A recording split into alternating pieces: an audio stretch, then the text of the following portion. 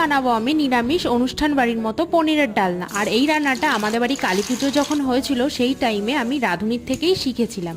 প্রথমেই তো পনিরগুলো ভেজে নিয়েছিলাম হালকা লাল করে, তারপরে ওই তেলেই আলুগুলো ভেজে নিলাম নুন হলুদ দিয়ে। আলুগুলো ভাজা হয়ে গেলে তুলে নিলাম।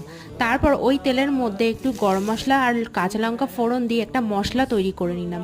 জিরে, আদা, কাঁচা লঙ্কা, টমেটো, কাজু, কিশমিশটাকে মিক্সিতে পেস্ট করে মশলাটা দিয়ে মিক্সির বাটি ধোয়া জলটা দিয়ে কাশ্মীরি লঙ্কার গুঁড়ো, নুন, চিনি, ঘি দিয়ে যতক্ষণ না তেল ছেড়ে আসছে মশলাটা ভালো করে কষাতে থাকলাম।